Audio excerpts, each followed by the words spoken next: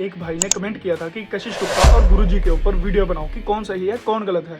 मैं आपको एक चीज़ कहना चाहता हूँ कि कशिश गुप्ता ने बहुत लोगों की एक्सरसाइज को ब्रेक डाउन किया है और एक्सपोज किया है। आज हम उसको एक्सपोज करेंगे और हम गुरुजी की भी बात करेंगे कि बॉडी बिल्डिंग में क्या बायोमैकेनिक्स अच्छे से काम करती है या नहीं करती है। अब सबसे पहले ये चीज को देखो, आपको इसको देखकर बचपन में गार्डन में झूले झूलते हुए बच्चे याद आएंगे या फिर अपना बचपन याद आएगा। अब क्या है कि बायोमैकेनिक्स जो है, बायो मीन्स हम लिविंग थिंग्स के पीछे बायो लगाते हैं, और मैकेनिक्स है एक फिजिक्स का वर्ड है, मतलब कि हम ह्यूमन बॉडी यानी कि लिविंग थिंग्स के ऊपर फिजिक्स का इस्तेमाल करके उसकी आउटपुट को इंक्रीज कर सकते हैं और सेफ्टी के साथ बहुत अच्छी परफॉर्मेंस निकाल सकते हैं। ये देखो, ये है 10 किलो का डंबल आपका रेजिस्टेंस, ये है एफर्ट्स, यानी कि आप यहाँ पे जोर लगा रहे हो इसको उठाने के लिए, क्योंकि फलक्रम इसके बिल्कुल बीचों बीच है, क्योंकि यह है फलक्रम, पिविट और एक्सिस पॉइंट, इसको आप कुछ भी कह सकते हो। अगर आपका रेजिस्टेंस और आपके एफर्ट्स के बिल्कुल बीच सेंटर में फलक्रम है तो आपको 10 किलो का ही यहाँ पे एफर्ट डालना होगा इसको उठाने के लिए। और क्या होगा कि अगर हम यहाँ से लिवरेज को और लंबा कर दें तो ये 10 किलो के एफर्ट्स हमें बहुत कम लगाने पड़ेंगे। इसका बेस्ट एग्जांपल है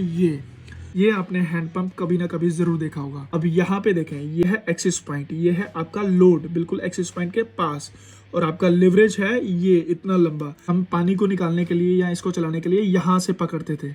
आप कभी भी अगर आपको हैंड पंप चलाने का मौका मिले तो आप यहाँ से पकड़ कर देखें, आपके एफर्ट्स बहुत ज्यादा लगेंगे। और अगर आप अपना हाथ यहाँ पर लेके आते हैं, यहाँ से हैंड पंप को चलाएंगे, तो आप बहुत कम एफर्ट्स से भी पानी निकाल सकते हैं हैंड पंप से। और इस चीज को आप बॉडी बिल्डिंग में कैसे अप्लाई कर सकते हैं। यहाँ पे देखो, हर स्पोर्ट में आपको बायोमैकेनिक्स मिलेगी, क्योंकि हम बायोमैकेनिक्स के बिना अपनी स्पोर्ट की परफॉर्मेंस को इंक्रीज नहीं कर सकते। अगर ये बॉलर एक जगह खड़े होकर बॉल कराएगा तो इसकी बॉल की स्पीड बिल्कुल नहीं निकलेगी। इसीलिए ये रन अप लेते हैं और मोमेंटम को यूज करते हैं बॉल के साथ एनर्जी में कन्वर्ट करने के लिए, और बॉल की स्पीड 150-160 किलोमीटर पर आवर की स्पीड से निकल पाती है।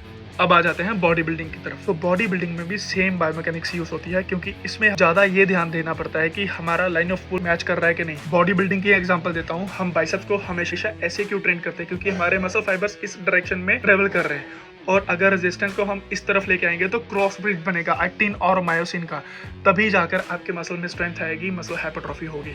रेयर डेल्ट को हम इस तरफ क्यों ट्रेन करते हैं, इस तरफ क्यों नहीं, क्योंकि इसके muscle fibre lateral side drop हो रहे हैं और ट्रेवल कर रहे हैं, इसीलिए हम इसको कॉन्ट्रैक्ट करने के लिए, शॉर्टन करने के लिए यूं एक्सरसाइज करते हैं लेटरल हेड की। तो ऐसे ही बायोमैकेनिक्स हर स्पोर्ट में मेजर रोल प्ले करता है, आप इसको नेग्लेक्ट नहीं कर सकते। लेकिन मेरा वोट कशिश गुप्ता के साथ है, क्योंकि मैं बायोमैकेनिक्स को बहुत अच्छे से समझता हूँ और बॉडी बिल्डिंग को भी बहुत अच्छे से समझता हूँ। तो मैं ये डिसाइड कर सकता हूँ कि कशिश गुप्ता सही कह रहा है। अब आप पे डिपेंड करता है कि आप गुरुजी को सही कहेंगे या कशिश गुप्ता को।